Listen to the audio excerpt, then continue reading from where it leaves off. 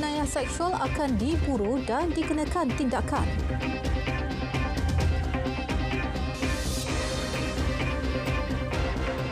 Assalamualaikum dan salam Malaysia Madani. Pihak sekolah yang bertindak melindungi perbuatan gangguan seksual terhadap kanak-kanak akan diburu dan dikenakan tindakan, tegas Menteri di Jabatan Perdana Menteri, Undang-Undang dan Reformasi Institusi, Datuk Seri Azalina Othman Said. Ini selaras dengan Seksyen 19 Akta Kesalahan-Kesalahan Seksual terhadap Kanak-kanak 2017 kurungan Akta 792. Jelas beliau, setiap laporan tidak bermaksud perlu mendedahkan identiti pelapor kepada umum, sebaliknya ia menjadi tanggungjawab bersama. Most important ialah kita nak berikan penerangan bahawa they should not be worried whether they think that actions can be taken over against them for reporting semua. We have already informed that the law will protect them because the system that accepts the reporting doesn't mean you're already guilty. They will evaluate and investigate lah. So we want the teachers to be the eyes and the ears for the children. Datuk Seri Azalina berkata demikian pada Konvensyen Kebangsaan mengenai pelindungan murid daripada eksploitasi seksual di Shah Alam. Sementara itu, Menteri Pendidikan Fadhina Siddiq turut menegaskan tindakan undang-undang akan dikenakan kepada guru yang terlibat dalam jenayah gangguan seksual dan ini bagi memastikan sekolah menjadi tempat yang selamat untuk pelajar. KPM mengambil tanggungjawab dalam memastikan gangguan seksual di sekolah dapat ditangani sepenuhnya selain menggariskan beberapa panduan. Sebahagian daripada segmen sekolah selamat ini adalah memastikan mereka benar-benar selamat di sekolah daripada sebarang, khususnya gangguan yang terkait rapat dengan gangguan seksual. Sebab itu tuan-tuan dan puan-puan, apabila garis panduan menangani isu gangguan seksual di semua institusi pendidikan yang Cikgu Rahim kempen tadi itu adalah untuk memastikan bahawa garis panduan ini benar-benar dipatuhi. Guru-guru juga perlu tampil membuat laporan jika terdapat kes gangguan seksual yang berlaku.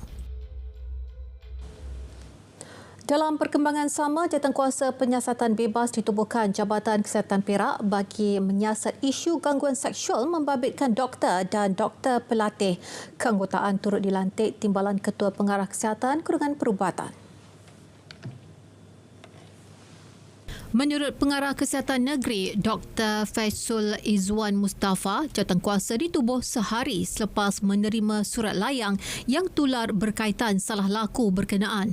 Siasatan kini dilaksana dengan tumpuan diberi kepada pengumpulan bukti. Dr. Faisul menegaskan pihaknya tidak akan berkompromi dengan salah laku. Tular surat layang di media sosial berkaitan kes gangguan seksual dan ugutan seorang doktor terhadap doktor pelatih wanita di sebuah hospital. 5 tangkapan dibuat Jabatan Agama Islam Melaka Jaim atas kesalahan ponting puasa dan menjual makanan kepada umat Islam yang berpuasa setakat 4 hari Ramadan. Esko Pendidikan, Pengajian Tinggi dan Hal Ehwal Agama Melaka, Datuk Rahmat Mariman berkata operasi dijalankan di beberapa lokasi hotspot hasil aduan orang awam dan intipan oleh penguatkuasa Jaim. Operasi susulan akan terus dijalankan sepanjang Ramadan ini. Selain kesalahan ponting puasa, Jaim turut membuat pemantauan bagi pungutan derma khairat yang tidak mendapat kebenaran dan melanggar peraturan. Saya bagi contoh yang melanggar peraturan ni apabila suatu NGO, sesuatu badan dibenarkan membuat kutipan derma, dia ada syarat-syarat dia. Dia tidak boleh sewenang-wenangnya. Antara syarat dia adalah tabung derma tersebut mestilah ada orang yang mengendalikan. Dan setiap derma itu ada resit yang diberikan. Tidak boleh meletakkan tabung, contoh di kedai-kedai makan dan kita tinggalkan begitu saja. Itu tak boleh. Kan itu melanggar peraturan. Beliau menegaskan demikian selepas operasi penguatkuasaan di Aikeroh. Dalam pada itu, KPDN Melaka pergiat aktiviti penguatkuasaan di Bazar Ramadan sekitar negeri berkenaan. Fokus tertumpu pastikan peniaga patuh peraturan ditetapkan termasuk meletakkan tanda harga. Juga tidak menaikkan harga secara mendadak hingga menganiaya pengguna. Kalau sekali kita dah bagi advokasi, takkan ada kali kedua kot. Kali kedua kita terpaksa ambil tindakan dah. Tapi jangan salahkan kami sebab pertama kali kami telah memberi advokasi. Dan sebagai peniaga dia should know kot basis pamerkan harga. Jangan harga berubah-ubah. Hari ini berubah, besok berubah. Usaha mengekang jenayah kes pecah tabung surau serta masjid dipergiat sepanjang Ramadan di Terengganu. Terdapat 3 kes pecah tabung masjid dilaporkan sejak minggu lalu. Ketua Polis Terengganu, Datuk Mazli Mazlan berkata, kes tersebut dilaporkan berlaku di daerah Kuala Nerus, Kuala Terengganu dan Marang. Rondaan dan pemantauan dilakukan bersama dengan Jabatan Perpaduan Negara dan Integrasi Nasional dan Yayasan Pencegahan Jenayah Malaysia di kawasan terlibat pada waktu malam. Utamanya yang melibatkan kejadian-kejadian pada musim bulan Ramadan ini pecah tabung. Jadi ramai orang pergi masjid, orang menerima di tabung masjid. Jadi mereka ini mensasarkan tabung-tabung masjid yang banyak menerima derma daripada mereka yang beribadat di masjid-masjid tertentu. Kita akan bagi-bagikan beberapa pasal lah, terutamanya pada waktu malam. Beliau sebelum itu merasmikan program rondaan polis Diraja Malaysia dan SRS peringkat negeri di Kuala Nerus.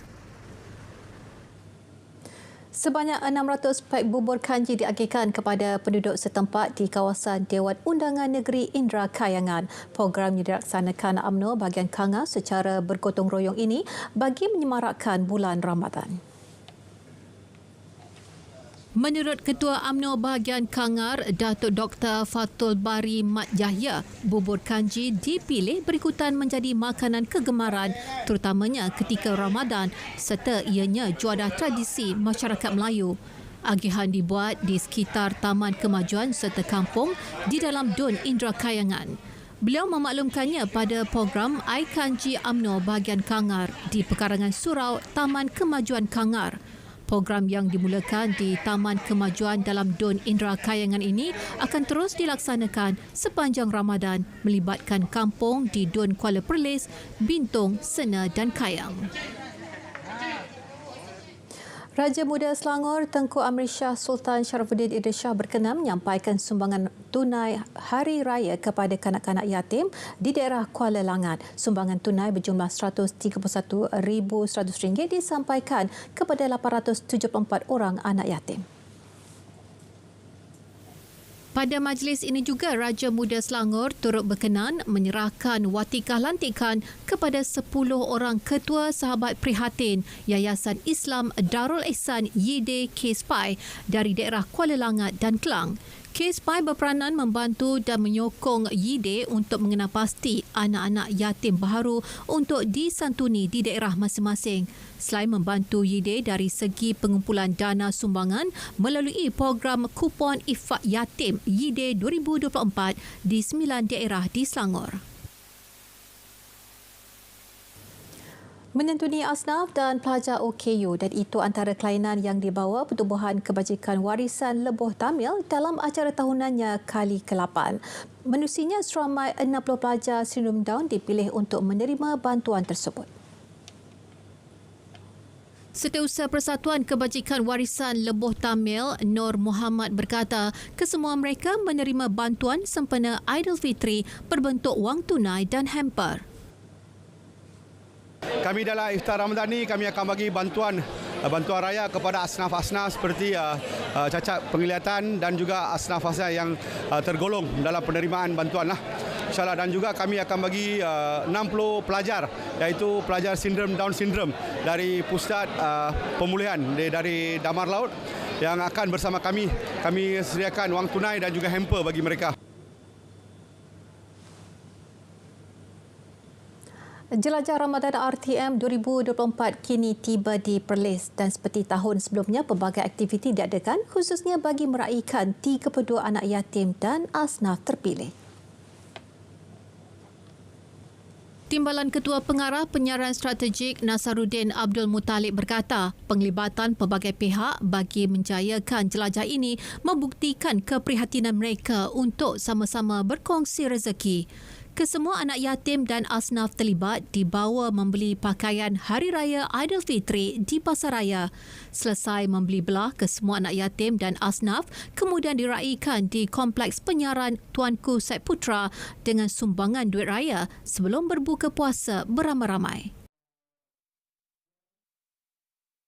Saya amat terharu sekali apabila dapat melihat kegembiraan di wajah mereka, di mana kita telah memberikan satu aktiviti yang mungkin kecil maknanya kepada kita tetapi besar maknanya kepada mereka. Jadi saya harap program-program umpama ini boleh kita teruskan di destinasi-destinasi yang lain. Gabungan lebih daripada 10 penaja tampil dan kerjasama strategik kami dengan JPJ Negeri Perlis juga memastikan aktiviti konvoi berjalan dengan lancar, trafik pun lancar. Dan yang istimewa kerana kali ini jelajah di Perlis ini benar-benar menggunakan sepenuhnya rakan-rakan strategik di negeri Perlis. Di samping kita menunaikan ibadah kepada Allah Subhanahu Wa Taala, jangan kita lupa kepada anak-anak kita yang memerlukan, mereka memerlukan. Antaranya adalah asnaf dan juga anak-anak yatim ini yang perlu kita raikan. Moga-moga ia membantu memperkasakan lagi ibadah kita, hubungan kita dengan Allah Subhanahu Wa Taala. Tiada dokumen perjalanan yang sah dan tinggal lebih masa. 158 parti ditahan dalam serbuan ops pintu di Rumah Bangsa Bercam awal pagi semalam. Pengarah Imigresen Negeri Perak, Mayor Hizbullah Mayor Abdul Malik berkata, 93 lelaki, 54 wanita dan 11 kanak-kanak berumur antara setahun hingga 60 tahun ditahan. Mereka melibatkan warga negara Indonesia, Bangladesh, China, Pakistan, Nepal, India, Sri Lanka, Myanmar dan Vietnam.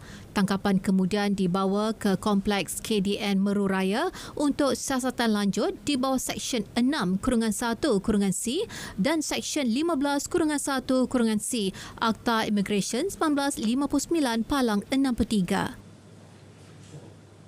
Kita akan laksanakan siasatan lanjut dan sekiranya terbukti berlaku kesalahan, boleh dikenakan denda lah, iaitu tidak kurang RM5,000 dan tidak lebih daripada RM30,000 atau penjara tidak lebih 12 bulan ataupun kedua-duanya. Jadi saya berpesanlah kepada pemilik permis, khususnya pemilik permis warga negara, sekiranya nak memberi kebenaran kepada warga asing menduduki ataupun mendiami permis masing-masing, pastikan warga asing berkenaan telah pun memiliki dokumen perjalanan yang sah. Beliau berkata demikian selepas menyertai operasi yang disertai lebih 157 anggota Jabatan Imigresen Negeri dan Batalion 1 Pasukan Gerakan Am PGA Ulu Kinta. Serbuan di 358 unit kediaman di 15 blok rumah bangsa dibuat hasil aduan orang awam. Sebuah bot nelayan asing warga negara Vietnam berjaya ditahan Maritim Malaysia Negeri Pahang di perairan Pulau Tioman. Menurut Pengarah Maritim Negeri Pahang, Laksmana Pertama Maritim Mazlan Mat Rajab, pihaknya sudah menjalankan rondaan penerbangan dari pasukan udara sebelum mengesan sebuah bot nelayan yang mencurigakan. Hasil pemeriksaan lanjut, kesemua kru didapati tidak mempunyai dokumen pengenalan diri serta lesen bot yang meragukan. Selain tidak mempunyai kebenaran untuk melakukan aktiviti penangkapan ikan di perairan negara. Nilai rampasan termasuk bot berserta 250 kg hasil tangkapan laut disita dianggarkan bernilai 1.7 juta ringgit. 6 kru termasuk tekong berumur antara 19 hingga 37 tahun ditahan. Kes akan disiasat di bawah Seksyen 15-1-A Akta Perikanan 1985.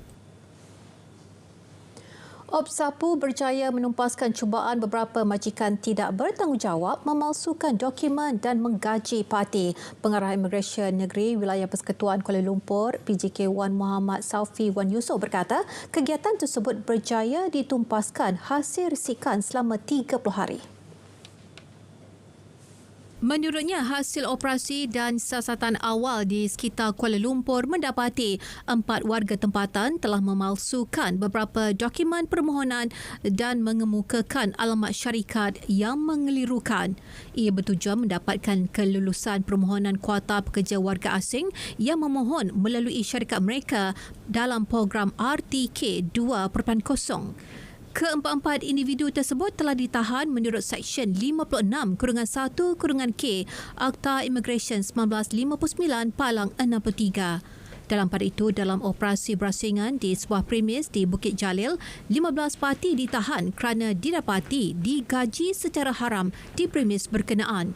Mereka ditahan mengikut Seksyen 6-1-C iaitu tidak mempunyai pas atau permit yang sah untuk tinggal di Malaysia serta Seksyen 15-1-C Akta yang sama iaitu tinggal di Malaysia melebihi tempoh yang dibenarkan. Lembaga Kemajuan Ikan Malaysia LKIM mengalu-alukan sebarang kenaikan allowance dari kerajaan bagi meringankan beban para nelayan susulan peningkatan kos sara hidup. Pengerusinya Faiz Fazil bagaimanapun menegaskan para nelayan perlu lebih proaktif memodernkan teknik tangkapan seiring teknologi. Ia secara tidak langsung membantu nelayan meningkatkan hasil tangkapan serta taraf sosioekonomi mereka. Bagi kami dekat KM, kita tidak boleh sahaja melihat kepada aspek bantuan tunai semata-mata untuk bantu mereka, tapi kita juga mahu membina kekuatan mereka ataupun human capital itu, sumber manusia itu atau modal insan supaya mereka ini mampu menjadi nelayan yang lebih moden. Beliau berkata demikian selepas merasmikan program Madani Anak Nelayan Kembali ke Sekolah di Klang. Bantuan peralatan persekolahan termasuk voucher pakaian sekolah bernilai RM150 diberi kepada 100 anak nelayan terpilih. Alhamdulillah, saya bersyukur program ini diadakan, sekurang-kurangnya dapat membantu ahli nelayan yang ialah dengan keadaan ekonomi sekarang ni, dengan kita menghadapi bulan puasa dan sekolah yang serentak apa semua ni, jadi dapat membantu sedikitlah. Alhamdulillah lah, sekurang-kurangnya meringankanlah beban ibu bapa kan, untuk anak-anak sekolah. Kalau ada memang kita berharaplah, ya, setiap bantuan tu memang kita berharaplah kalau ada bantuan terus, harap-harap teruskanlah untuk tahun-tahun hadapan ya. Jabatan Pendaftaran Negara JPN menerima 638,676 permohonan penggantian kad pengenalan di seluruh negara sejak tahun 2022. Permohonan itu disebabkan kehilangan kad pengenalan akibat kecuaian, jenayah dan bencana. Ketua Pengarah JPN Badrul Hisham Alias berkata, daripada jumlah itu 594,836 permohonan penggantian kad pengenalan disebabkan faktor kecuaian pemegang kad. 30,936 permohonan kad pengenalan lagi disebabkan jenayah seperti kecurian, manakala bakinya iaitu 12,894 adalah disebabkan bencana seperti kebakaran, banjir dan kemalangan. Rakyat kita tidak serius dalam menjaga, sebenarnya IC ini adalah suatu benda yang penting dan perlu dihargai, tapi kita memandang sepi lah. That's why untuk makluman kita tadi saya dah sebut, kita meningkatkan kadar denda kehilangan tu. Sebenarnya dulu tak ada. Jadi waktu saya jadi pengarah kad pengenalan juga, saya lah yang buat ni. Hasrat kita bukan untuk menyusahkan rakyat ataupun mendera rakyat, tapi kita nak memastikan supaya kita semua ni menjaga kad pengenalan sebagaimana kita jaga sesuatu yang berharga. Jabatan Alam Sekitar JAS Kedah menghentikan operasi sebuah kilang di kawasan Mergum Berij Alustar kerana didapati melepaskan influent berwarna biru secara terus ke dalam longkang awam. Pengarah JAS Kedah Sharifah Zakiah Said Sahab memaklumkan penemuan pelepasan influent itu berlaku ketika rondaan rutin pada Khamis lalu. Premis itu telah diarah menghentikan serta-merta punca pencemaran dan dikenakan tindakan penahanan operasi kelengkapan POK dan punca pencemaran iaitu peralatan basuhan telah disita. Efluen berwarna biru itu dilepaskan secara terus ke longkang awam tanpa rawatan. Jarak longkang yang tercemar adalah sepanjang kira-kira 70 meter. Sampel telah diambil dan dihantar ke Jabatan Kimia untuk dianalisa. Jelas Zakia, pelepasan efluen secara terus tanpa dirawat daripada premis adalah menjadi satu kesalahan di bawah Peraturan 5 Peraturan Kualiti Alam Sekeliling Kurungan Efluen Perindustrian 2009. Notis arahan di bawah Seksyen 31 dan 37 Akta Kualiti Alam Sekeliling 1974 juga dikeluarkan untuk premis mengemukakan langkah-langkah pembaikan. Premis juga katanya boleh dikenakan kompaun di bawah Peraturan 5 Peraturan Kualiti Alam Sekeliling Kurungan Efluen Perindustrian 2009 atas kegagalan menyediakan sistem penggolajan efluen perindustrian. Cubaan 6 lelaki warga Indonesia balik ke negara asal melalui perairan negara digagalkan Agensi Penguatkuasaan Maritim semalam. Semua mereka merupakan pendatang asing tanpa izin parti ditahan kira-kira 10 batu nautika barat daya Tampuk Pontian, Johor. Pengarah Zon Maritim Batu Pahat, Komandan Maritim Muhammad Hanif Muhammad Yunus berkata mereka yang ditahan termasuk tekong berusia antara 26 hingga 42 tahun. Mereka dipercayai menuju ke Batam, Indonesia. Bot bersama parti dibawa ke JT Zon Maritim Batu Pahat dan diserahkan kepada Unit Siasatan Zon Maritim Batu Pahat bagi siasatan lanjut. Tekong bot disiasat mengikut Seksyen 26A Akta Anti Pemerdagangan Orang dan Anti Penyeludupan Migran Kurungan Artisum 2007 bersama Seksyen 34 Kanun Keseksaan. Manakala 5 warga negara Indonesia yang lain akan disiasat mengikut Seksyen 5-2 Akta Immigration 1959 Palang 63. Kementerian Sumber Asli dan Kelestarian Alam sedang memantau beberapa faktor sebelum melaksanakan pembenihan awan susulan cuaca panas yang melanda di beberapa negeri. Menterinya Nik Nazmi Nik Ahmad berkata Jabatan Meteorologi Malaysia akan mengeluarkan panduan sebelum melakukan operasi bagi memastikan pelaksanaannya berkesan. Walaupun cuaca panas, kita perlukan hujan, tapi kalau keadaan awan dan ada angin dan sebagainya, jadi dia ada beberapa variable yang ada yang perlu sesuai sebelum sebarang operasi pembenihan awan dibuatlah.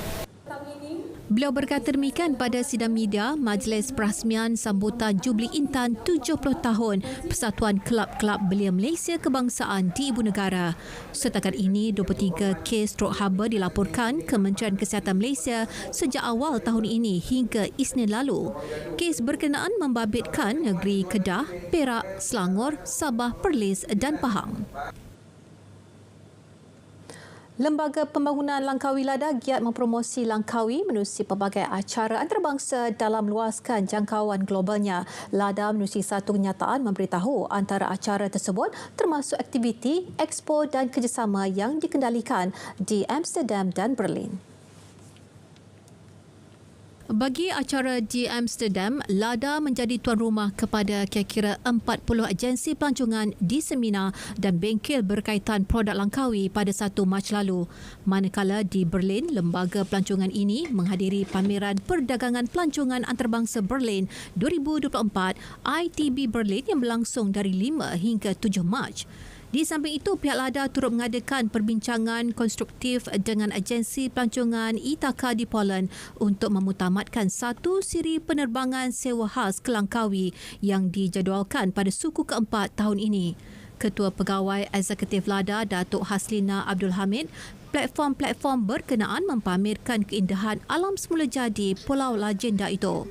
Selain menarik perhatian global dan memupuk kerjasama yang akan menyumbang kepada pertumbuhan pulau ini dalam sektor pelancongan secara signifikan.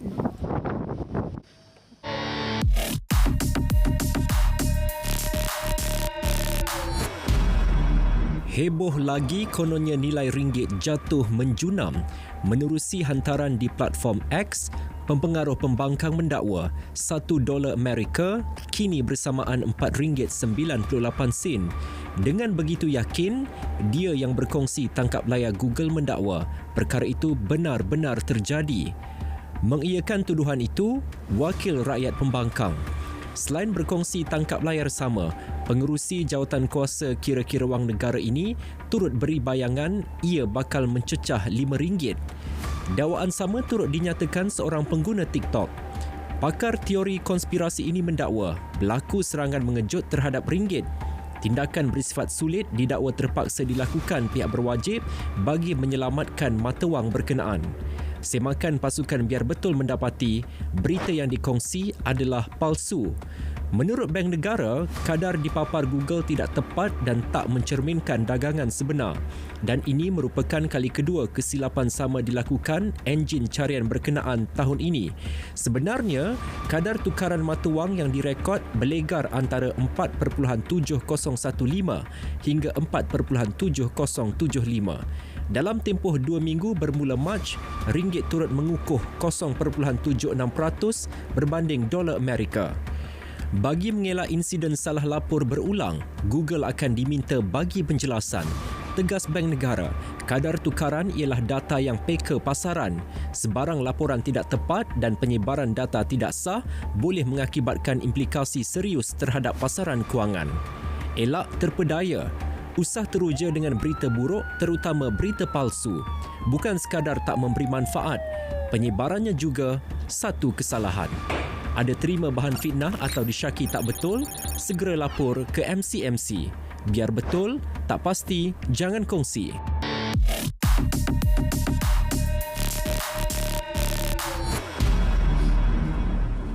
Perkembangan kejuaraan motosikal Asia ARRC 2024. Pelumba pasukan 1XOX BMW T KKR Azlan Shah Kamurzaman membuktikan pengalaman selepas menguasai perlumbaan pembukaan tirai di Thailand petang tadi. Saingan berlangsung di Lita Antarabangsa Candi Buriram menyaksikan pelumba berusia 40 tahun itu bermula di petak kelima sebelum menempatkan diri di kelompok 3 teratas berbaki 3 pusingan. Menuju pusingan terakhir, Azlan bersaing sengit bersama pendahulu perlumbaan Adi Farid Idihar sebelum memintas pelumba Indonesia itu di selih kotak akhir sekaligus mengesahkan kemenangan. Seorang lagi pelumba negara, Mat Zakwan Zaidi yang mewakili pasukan Honda Asia Dream Racing menduduki tempat ketiga. Sementara itu, nasib malam menimpa pasukan baharu Johor Darul Takzim JDT Racing Team selepas pelumbanya Hafiz Syahrin Abdullah gagal menamatkan perlumbaan selepas mengalami masalah jentera. Isu tunggakan gaji pemain kelab Liga Super Kuala Lumpur City FC akan diselesaikan dalam masa terdekat dan perkara itu dinyatakan penaung kelab itu yang juga Menteri Komunikasi Fahmi Fadil. Jadi insya-Allah dalam masa yang tidak terlalu lama mengikut proses-proses yang tertentu kita akan lunaskan apa juga yang telah dihutangkan kepada terutama para pemain. Saya nak pastikan KLCT dapat bersedia untuk memulakan season nanti dan insya-Allah minggu depan saya akan turun untuk lihat sendiri tahap persediaan para pemain. Beliau menyatakan perkara berkenaan selepas siri ketiga program Teh Hijau Kuala Lumpur yang diadakan di Stadium Bola Sepak Kuala Lumpur. KLCT sebelum ini memaklumkan proses penyesuaian kemelut tunggakan gaji bakal selesai tidak lama lagi. Baik, sekian berita tengah malam dari Sungai Kesegara. Palestin pasti merdeka. Dengan itu, Assalamualaikum dan salam Malaysia Madani.